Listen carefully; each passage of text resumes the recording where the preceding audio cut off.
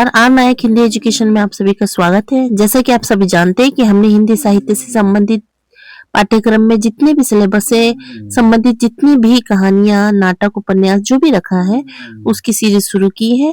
तो एक महत्वपूर्ण साहित्यकार है सूर्यकांत त्रिपाठी निराला, जो कि हिंदी साहित्य के प्रमुख साहित्यकार माने जाते हैं और छायावादी युग के 4 स्तंभों में से एक प्रसिद्ध कवि है। तो चलिए आज इनका ही हम जीवन परिचय वगैरह प्राप्त कर लेते हैं। इनकी महान जो उपलब्धियां हैं, काव्य कृतियां हैं, उनके बारे में भी थोड़ी जानकारी प्राप्त कर लेते हैं। तो चलिए शुरू करते हैं। सूर्यकांत त्रिपाठी निराला का जन्म 21 फरवरी 1999 को हुआ था और इनकी जो मृत्यु है 15 अक्टूबर 1961 में हुई थी। ये हिंदी साहित्य के छायावादी युग के प्रमुख 4 स्तंभों में से एक रहे हैं। इन्होंने मुक्त छंद की शुरुआत की है। इन्होंने मुक्त छंद की शुरुआत की थी। उनका जीवन पारिवारिक और आर्थिक कष्टों से भरा था, जिसका प्रभाव उनकी कविताओं में हमें दिखाई देता है। देखिए, कहा जाता है कि जो निराला जी का जीवन बहुत ही कष्टों और परेशानियों से भरा हुआ था और ये बहुत ही गरीब थे, तो उनकी हर कविताओं में ये अभाव हमें देखने को मिलता है। वे महाप्राण और निराला उपनाम से प्रसिद्ध थे और उन्होंने कविता, उपन्यास, कहानी और निबंध आदि विविध विधाओं में अपनी लेखन कार्य किया है। उन्होंने कविता में ही नहीं, उपन्यास भी लिखा है, कहानी लिखा है, निबंध लिखा है। हर विधा में उन्हें अपनी लेखनी चलाई है। जन्म और प्रारंभिक जीवन, जो इनका आरंभिक जीवन है, थोड़ा सा उनके बारे में देख लेते हैं। देखिए, इनका जन्म 21 फरवरी 1999 को महिषादल, मेदिनीपुर, बंगाल में हुआ था। उनका जो मूल नाम था सूर्य कुमार था। उनकी विधिवत स्कूली शिक्षा 9वीं क्लास तक हुई। उसके बाद में बंगाली माध्यम से शिक्षा प्राप्त की। उनकी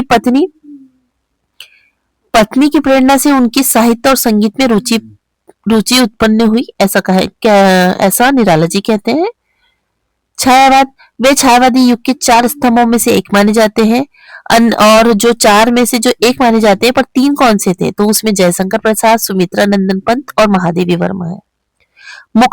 उन्होंने मुक्त छंद लिखने की शुरुआत की, जिससे हिंदी कविता में क्रांति आई। पहले मुक्त छंद, खुल गए छंद के बंद ऐसा भी कहा जाता है, क्योंकि निराला ने कहा था कि खुल गए छंद के बंद। ठीक है, तो निराला जी है मुक्त छंद के प्रणेता माने जाते हैं, क्योंकि इन्होंने ही मुक्त छंद में कविताएं लिखने की शुरुआत की।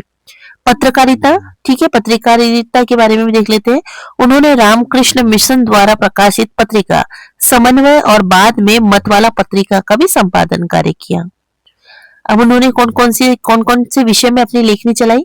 उन्होंने कहानियां, उपन्यास और निबंध भी लिखे हैं।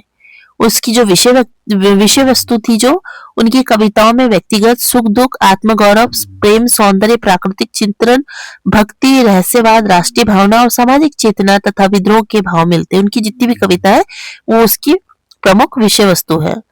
उनकी प्रमुख रचनाएं हैं परिमल, गीतिका, अनामिका, तुलसीदास, कुकुरमुत्ता। और उपन्यास है अप्सरा, अलका, प्रभावती और निरुपमा। उनकी जो कहानी है वो लीलिया और सखी है। तो देखिए, उनकी ना जो भी जितने भी एग्जाम आती है उनमें उनकी काव्य कृति के बारे में पूछा जाता है। तो परिमल, गीतिका, अनामिका, तुलसीदास और कुकुरमुत्ता ये इनकी प्रमुख काव्य कृतियां हैं। उपन्यास जो है अप्सरा, अलका, प्रभावती और निरुपमा है। तो ये एग्जाम में पूछा जाता है, तो इसे आप याद कर लीजिए। इनका अंतिम जीवन जो है, तो इनका अंतिम जीवन के बारे में बताते हैं कि अपने जीवन भर निराला जी पारिवारिक और आर्थिक कष्टों से जूझते रहे। मतलब उन्हें बहुत गरीब थे और उन्हें बहुत ही आर्थिक संकटों का सामना करना पड़ा और 1961 में उनका इलाहाबाद, प्रयागराज में निधन हो गया। उन्होंने मरणोपरांत पद्म भूषण पुरस्कार से सम्मानित किया गया। उनको मरने के बाद पद्म भूषण पुरस्कार प्राप्त हुआ। तो आशा करते हैं कि आपको यदि उनके जीवन परिचय के बारे में थोड़ा सा संक्षिप्त में जानकारी पूछे तो आपके लिए इतना सफिशिएंट है।